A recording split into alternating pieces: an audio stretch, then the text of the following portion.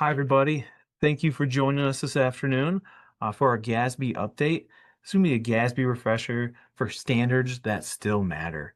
Just want to let everybody know if you have any issues answering the poll questions, please comment in the chat box and we will record your response. My name's Kellen Riker. I'm a CPA and manager in our Flint office. Today I'll be covering GASB 87. I'm Nicole Hamas. I'm a CPA and manager in our Saginaw office, and today I'll be covering GASB 96. And I'm Alan Panter. I'm a certified public accountant and a certified government financial manager. I'm a principal and I'm located in the Troy office. I'll be covering GASB 101 today.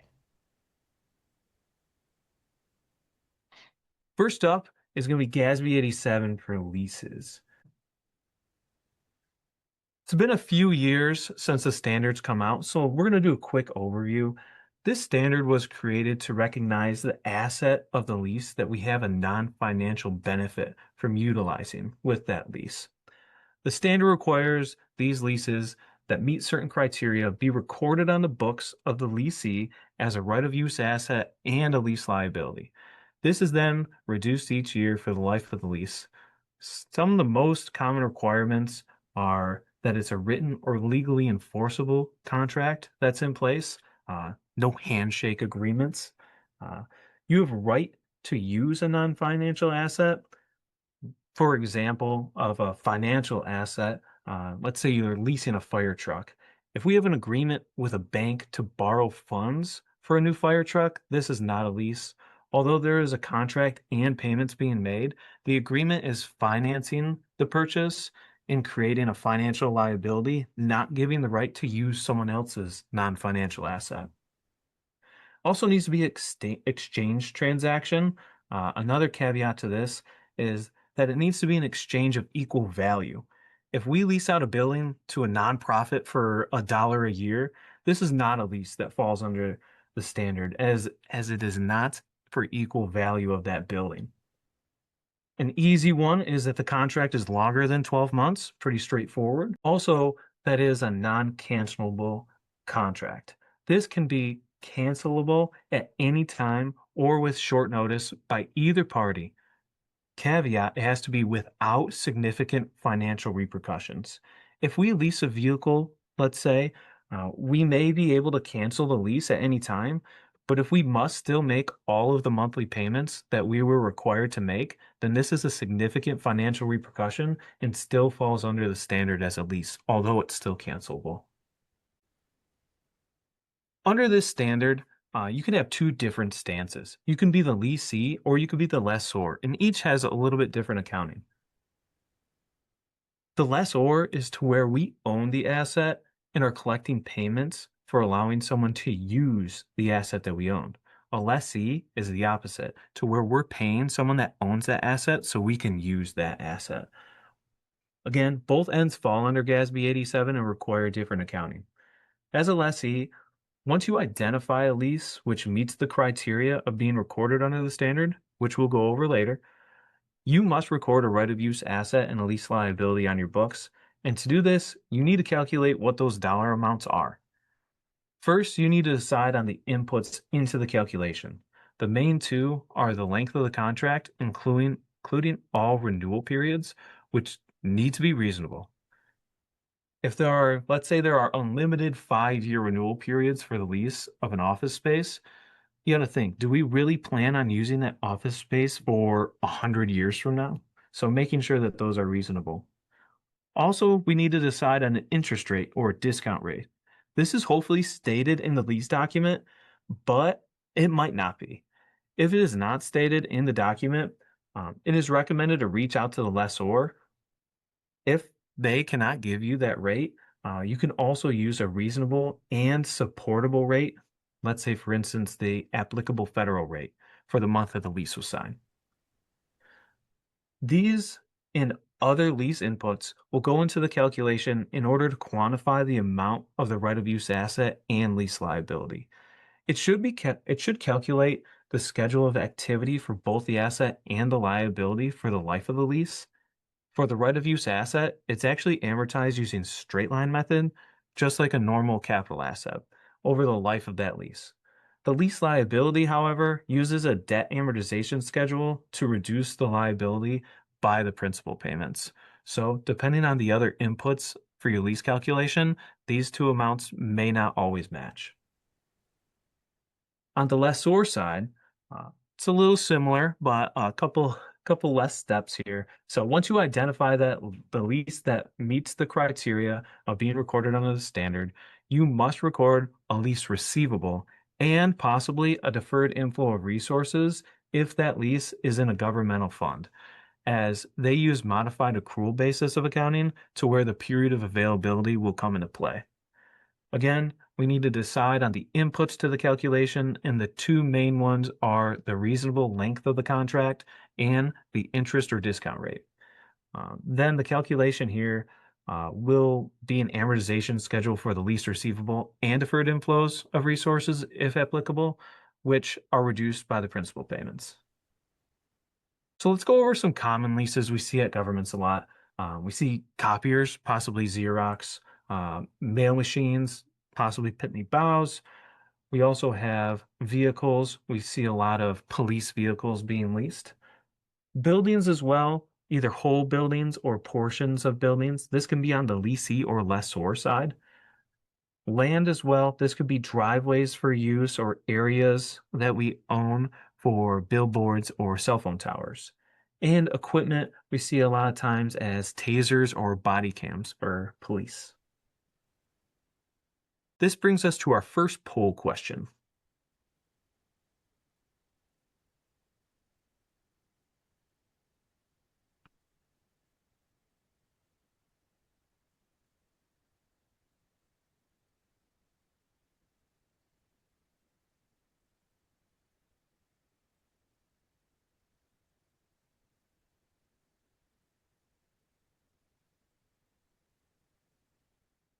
Now, when a new standard comes out, we think we know what the issues or difficulties are going to be that we'll run into, but with time, we always end up finding others we did not always foresee. A few items that we've learned since the standards have come out are some of the following. Uh, Not all contracts state the interest rate. We have normally seen the monthly payment that is due and the length of the lease, with no mention of the interest rate or breakdown of what that payment consists of. We've also seen the lessor not being willing to or able to give a clear answer when asked of what that breakdown is. This is where trying to find a reasonable and supportable interest rate in the calculation comes into play, like using the applicable federal rate for when that lease was signed. Run into that not all contracts provide a breakdown between lease and non-lease components. We've seen some leases which include equipment or something additional all under one price. We've seen software and maintenance or service agreements be included in the monthly price, which sometimes a clear breakdown between the components cannot be given by the lessor. It's always important to reach out to the lessor first for a breakdown of the price. Then, if one cannot be obtained, using a reasonable and supportable way to break down the price between the components. We've also seen unreasonable renewal options being in a lot of these leases. Um, we've seen renewal options going into 50 or 100 years from the date of the signing.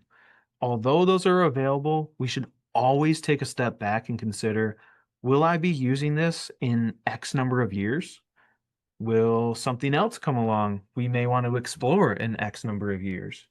Or will this even be around in X number of years to where we can come up with a reasonable renewal period? Also, that contract modifications are not uncommon. The word modification makes it seem like it has to be a large change to be applicable, but even small changes can have a big effect on the calculation and need to be considered. Let's say we're planning to renew a lease early for a building, and instead of letting the original term run out, we end up ending the lease 6 months early and new terms are agreed upon at that date. This is a lease modification and needs to be considered in the calculation on the lessee and the lessor side.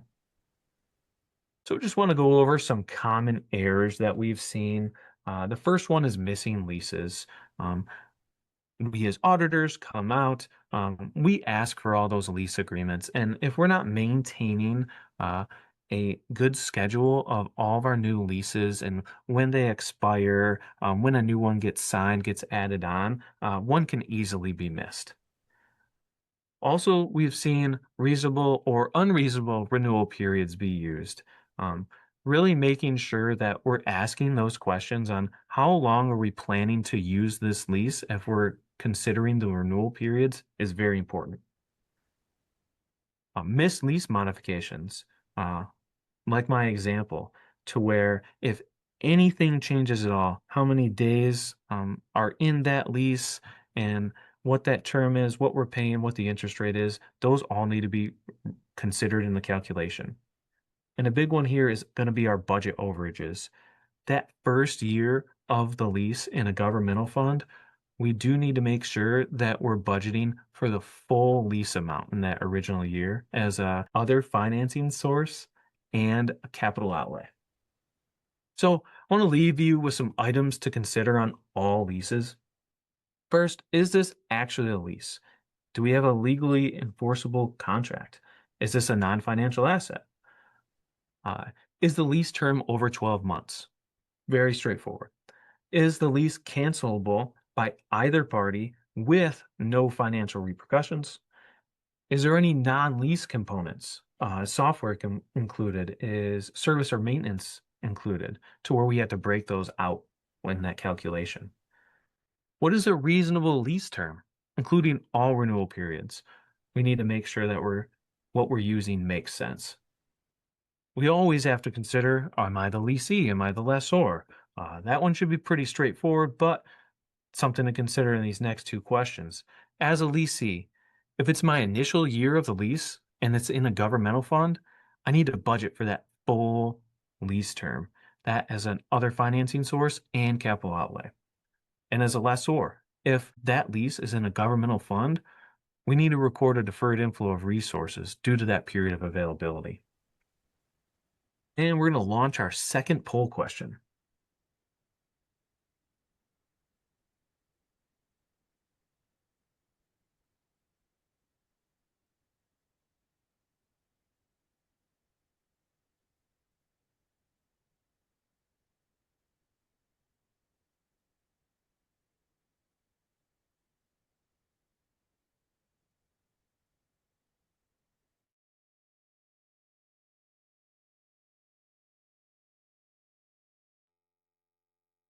Next, Nicole's going to cover GASB 96.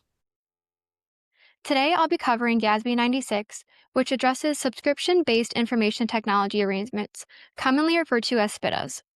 As governments continue moving towards cloud based software solutions, this standard provides guidance for recognizing and reporting those agreements in the financial statements. In this portion of the webinar, we will discuss what qualifies as a SPIDA, data collection requirements, accounting treatment, common challenges, and best practices. GASB 96 applies to subscription based IT arrangements where a government obtains the right to use a vendor's software or IT asset over a specified term. The key concept is control.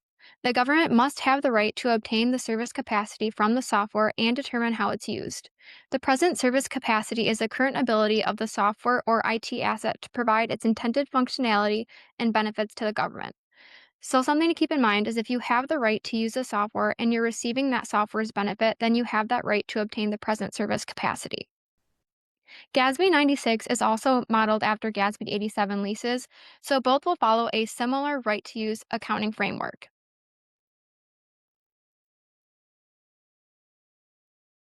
Many of the software products governments use every day may qualify as a SPIDA. While GASB 96 applies to familiar products like Microsoft 365 and Zoom, many government specific systems also will fall under the standard. Examples of this could include a BSNA software, property tax or utility billing that's cloud based, student information systems for schools, or other cloud hosted solutions that could be used for things like finance, payroll, tax administration, permitting, records management, GIS mapping, and public safety operations. Things to think about are those that could be a cloud based software, conferencing system, data storage. If it's for a school, it could be accounting, gaming, remote learning platforms, or even just a data backup and storage for records. A good rule of thumb is that if your organization is paying an ongoing fee to access software hosted by a vendor over a defined period, it's worth evaluating whether that contract is a SPIDA. Many governments find that their largest SPIDAs are not necessarily technology focused, but rather core operational systems used every day by finance, HR, assessing, public works, public safety, or school administration. A more common or popular one that we've seen recently is Axon for the police.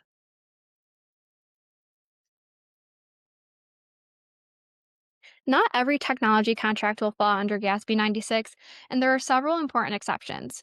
These can include agreements that will qualify as a lease under GASB 87, a perpetual software license covered under GASB 51, a public private partnership under GASB 94, an arrangement where that government is providing software to others, or a contract that's only providing IT support services, and any short term arrangement with a maximum term of 12 months or less, which could include month to month. Understanding these exclusions is critical before applying the standard, so proper contract review is essential to determine whether an arrangement qualifies for SPIDA agreement.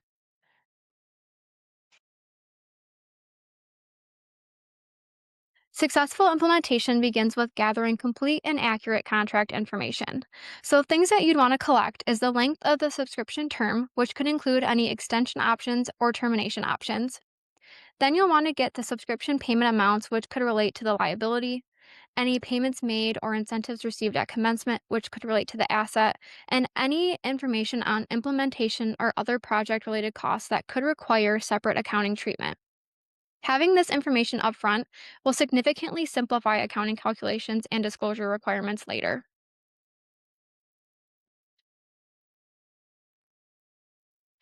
The subscription term includes the non cancelable period of the contract, plus any optional renewal or termination periods that are reasonably certain to be exercised. So remember that contracts with a maximum possible term of 12 months or less are exempt from GASB 96. And any subscription payment could include a fixed payment or certain variable payments, as well as purchase options, residual value guarantees, incentives, deposits, and prepayments that are reasonably certain to occur. So, in this sense, any payment should include all amounts that are reasonably certain to be required.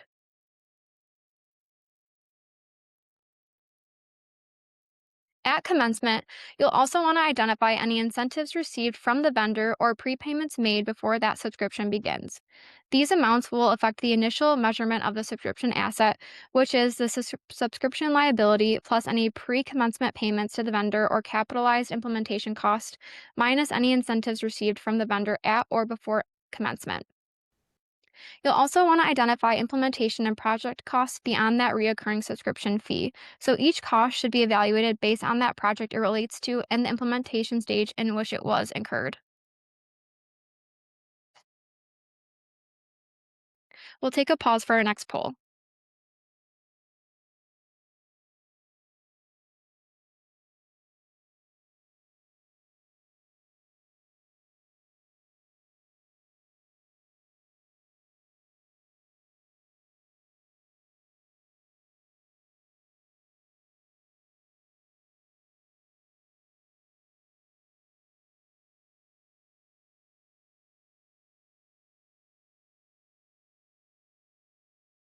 Tracking SPIDAs requires collaboration between technology and accounting departments. IT personnel often maintain the contracts and understanding that software environment, while the accounting is more responsible for that financial reporting aspect. Maintaining a centralized tracking schedule will help ensure completeness and accuracy, and many auditors, including Yonyo, could provide schedules and templates to assist with this process. Known data should be used to populate that schedule, and as you can see that there's an example included here of what that tracking might look like.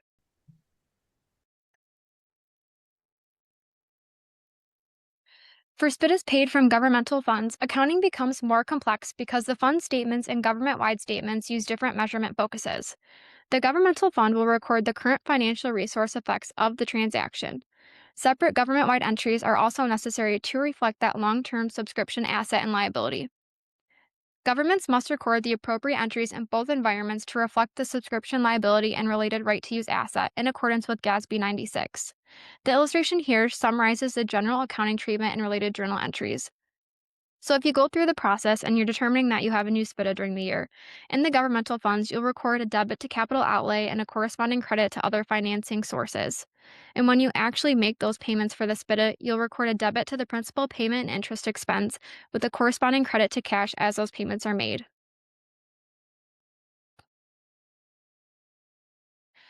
Business type activities such as water and sewer funds, electric utilities, airports, transit systems, or other enterprise operations will use the full accrual basis of accounting.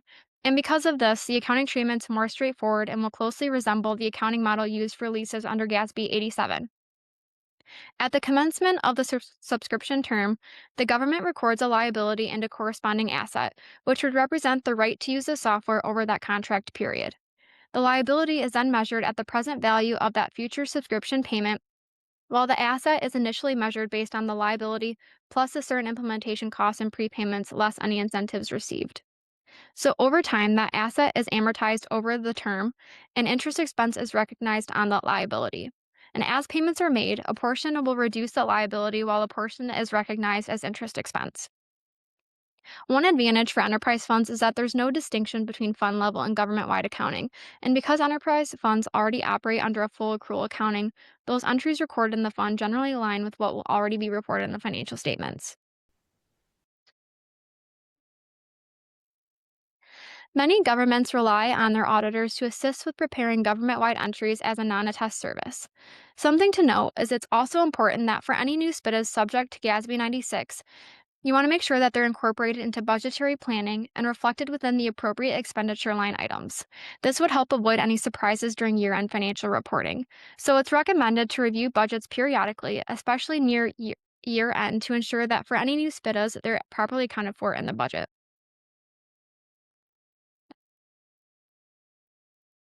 GASB 96 includes detailed disclosure requirements.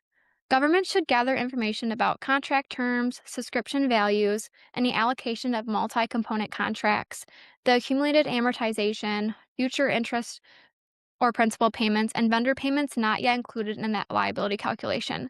And maintaining this information throughout the year makes those note disclosure preparations significantly easier. And as mentioned, many governments are relying on auditor assistance to help with this.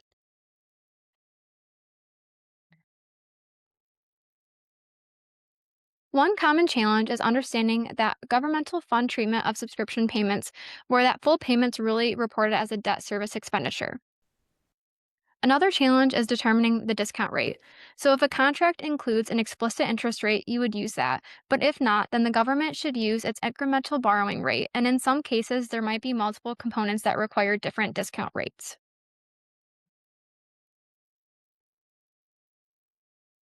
Many software agreements will include both a subscription and non subscription element. For non subscription elements, those are not included. So, whenever possible, these components should be separated and accounted for independently.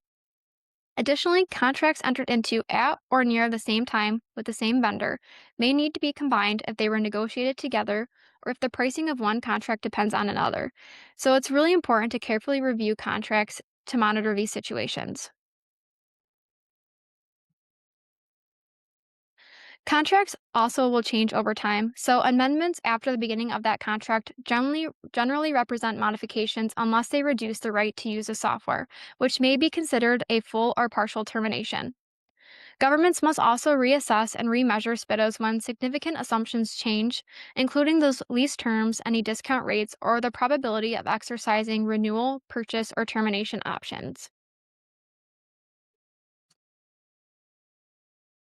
Let's pause for another poll.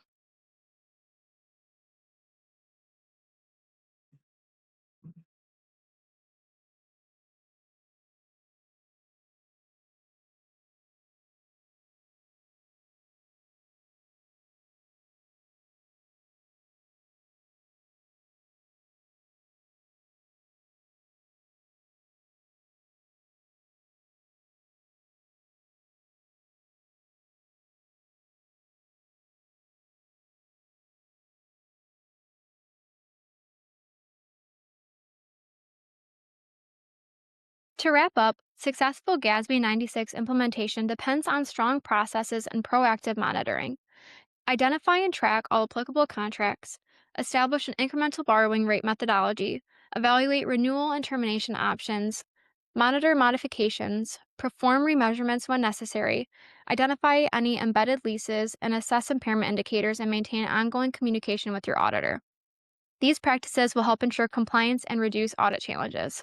So, in summary, GASB 96 extends that right to use accounting model to subscription based technology arrangements. And while implementation can be challenging, maintaining complete contract information, strong coordination between departments, and consistent review procedures will help governments comply with the standard and improve financial reporting accuracy. Next, Alan is going to cover GASB 101.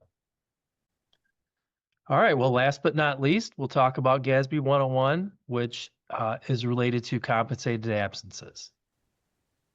All right. So GASB 101 is the newest of the three standards that we're discussing today. It was effective for year ends of 12/31/24 and later. So if you've probably already been through this implementation once, but it's always a good thing to dig a little bit deeper into the standards and understand a little bit more about it so that you can refine your process a little bit and make things a little bit easier or improve your estimation of the liability. So it's always good to revisit these things and see if we can improve on our processes from year to year. So GASB 101 did provide a new definition of compensated absences, and we'll talk a little bit more about that on the next slide. It does shift the focus away from severance payments. So GASB 16 was the old standard, and it was issued in 1992. And GASB 16 really focused more on severance payments. So we were concerning ourselves more with leave that was going to be paid out at the time that an employee leaves employment with a governmental entity. And now GASB 101 has changed that focus away from that severance payment and really more focuses on payments that are going to be used or paid. And so that's still a consideration, but it's not the only one, and or settled otherwise. It also introduces a lower probability threshold. So in the past, under GASB 16, it was probable. So probability, so it leave that was probable to be paid out. And that was generally taken to be between 70 and 80% of a probability before you would go ahead and include that leave in a liability calculation. Under GASB 101, that threshold is lowered. We're going to talk about the more likely than not threshold that's generally understood to be 50% or more. GASB 101 also simplifies disclosures. In the past, we were required to calculate additions and deletions and include those in the note, in the debt note, where the liability is reported. We don't need to do that anymore. GASB 101 allows us to net those changes each year. And the other thing that we're going to talk about is flow assumptions. So that's the idea of choosing a flow assumption, either FIFO or LIFO, and how that impacts your calculation. All right, so we're going to talk about the definition. And this is a really important consideration when you're thinking about GASB 101, because different types of leave need to check all of these boxes, or they would not be accrued as a liability. So if you have a type of leave that does not fit these definitions, it can be excluded. So the leave has to be attributable to services that have already been rendered by the employee. So in other words, they have already earned that leave. Also, the leave accumulates and can carry forward to future periods. So in other words, we're not talking about leave that is use it or lose it. So if leave is use it or lose it, it can be excluded, and you're not going to include that in your calculation of compensated absences under GASB 101. Also, it needs to be more likely than not. There's that 50% or probability there. It's going to be more likely than not to be used for time off, or paid in cash, or settled through non-cash means. And really there, what we're talking about is if the leave would be convertible to a payment made to a defined contribution post-employment benefit plan. So that's a possibility. We don't see that a whole lot, but it is something that's out there.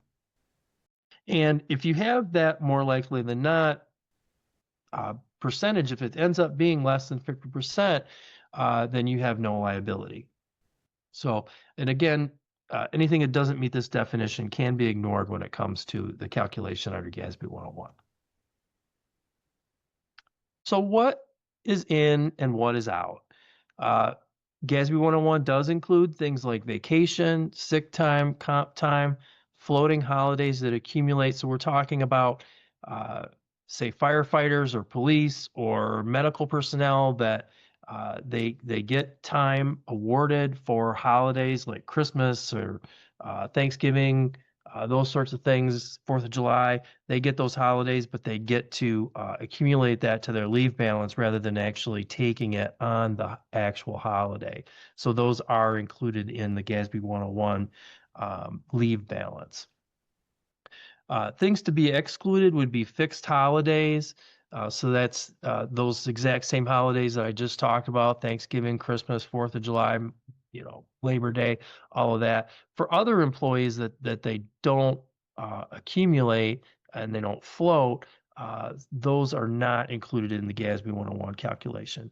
Also, things like parental leave, bereavement, military duty, jury duty, those are applicable only to a smaller portion of the employee group. So those are benefits that are available in a lot of cases, but they haven't been earned yet. So we don't, and we also don't know when they're going to be taken. So those are excluded from the calculation under GASB 101.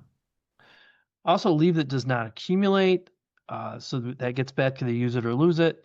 And unlimited leave is not included under GASB 101. All right, well, how do we measure the liability? First of all, we want to remember that this is accrued and calculated, recorded only in the government-wide and the business type activity funds. So most of what we see is the government-wide is where most of the liability is recorded. We do see some of these liabilities landing in enterprise funds like water, sewer, electric, those sorts of things. But most of it is really in that government-wide financial statement. There is some portion of this that goes into the modified accrual basis fund. So, but that's really a very narrow circumstance where you would record, say, if you were June 30th year end and you had an employee or employees who retired as of the end of the fiscal year, but their payments under GASB 101 were not going to be paid out until July. So you would accrue that type of a payment in your general fund or special revenue fund or whatever modified accrual basis fund that you're using. You would record a payment like that at the modified accrual level, but that's a fairly narrow circumstance, and really we're more focusing today on the calculation for the full accrual basis statements. You're going to want to review your personnel policies for each employee group. So that's going to get into for your non-union employees, what are your policies that apply there for those leave balances to be accumulated and used. And also, a lot of times you'll have union contracts that get into this. So you're going to have multiple employee groups, or a lot of governments are going to have multiple employee groups. And the calculation is going to be different for each one of these groups. You're also going to use the rate of pay at the financial statement date. So if you are a June 30th government, you are going to use not the rate that was used last year. You're going to use, unless it's unchanged, of course, but you're going to use the rate that is in effect as of the end of the fiscal year end. You're also going to go through and you're going to apply that more likely than not percentage.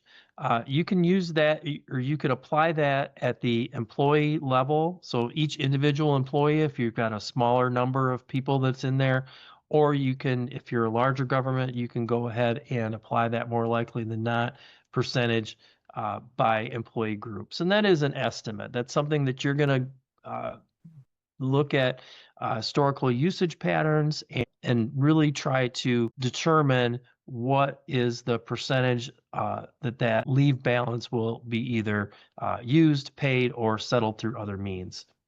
So that's that's where the percentage comes in there. You're also going to want to include salary related payments.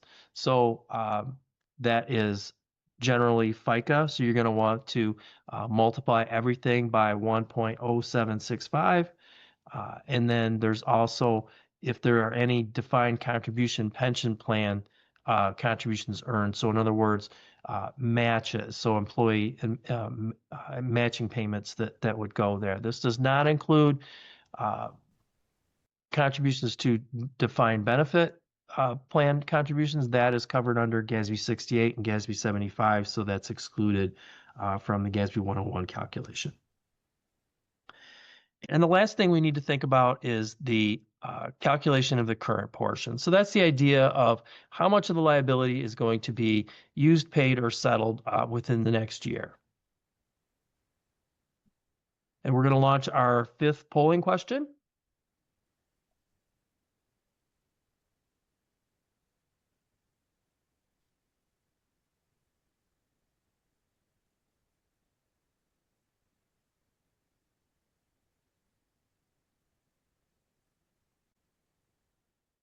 Okay, flow assumptions. This is something that I want to talk about in terms of each government needs to determine what flow assumption they're using. Now these, there's FIFO and there's LIFO. So FIFO first in, first out, LIFO last in, first out. So FIFO assumes that older leave balances are going to be used first. So if you're June 30th and you've got a person with 100 hours, of course you're using the rate as of the end of the year, so that's not really an issue. But is the old balance going to be used first, or is it the new balance that's going to be used first? So FIFO would be using those older balances first, and then LIFO is the opposite. LIFO is assuming that you're going to be using current leave first. So that may also include a scenario where if your leave balances, if people are accumulating and earning more leave than what they're using, if their balances are continually going up, you may find yourself in a situation where if you choose LIFO, you might end up making the determination that none of the current leave is more likely than not to be paid or used. That would also depend on your personnel policies. So there is a scenario under the LIFO assumption where you could have either zero current liability, or you could have actually zero liability if the data supports it. But it's very important to understand that those kinds of decisions really need to be driven by your data.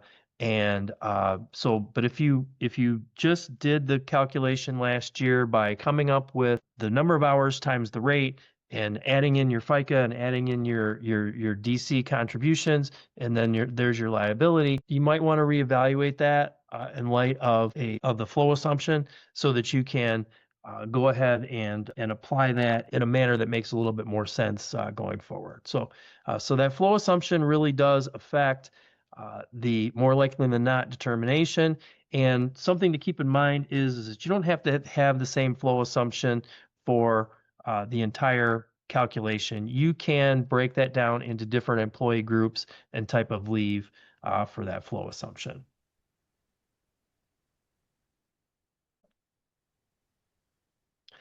A few key takeaways. It's going to be very important for each government to update policies as needed. If you went through this the first time and you found that there were some policies that were a little bit vague, or some things that really just needed to be cleaned up, this is the time to go ahead and do that, and that you can go ahead and change that going forward. All right, another thing to remember is that this is an estimate, so those can change over time, and you should really just continue to look at your historical data, and if you need to make a change in that more likely than not estimation that was made in the past, that's fine. You can make those changes in the current year or in future years, and really just kind of see how this plays out in terms of the patterns of use, whether or not that's whether the liability is used, paid, or settled otherwise. And the last takeaway is just to understand that changes in the rate of pay do get reflected in each year's calculation. So when you used a rate last year that was different from the rate that is in effect this year, you don't need to go back and restate prior years. That change and that as it affects the liability calculation just gets run through the current year. So all that being said, if you're having any problems or have any questions about GASB 101, we're here to help. And with that, I think we have some questions and answers.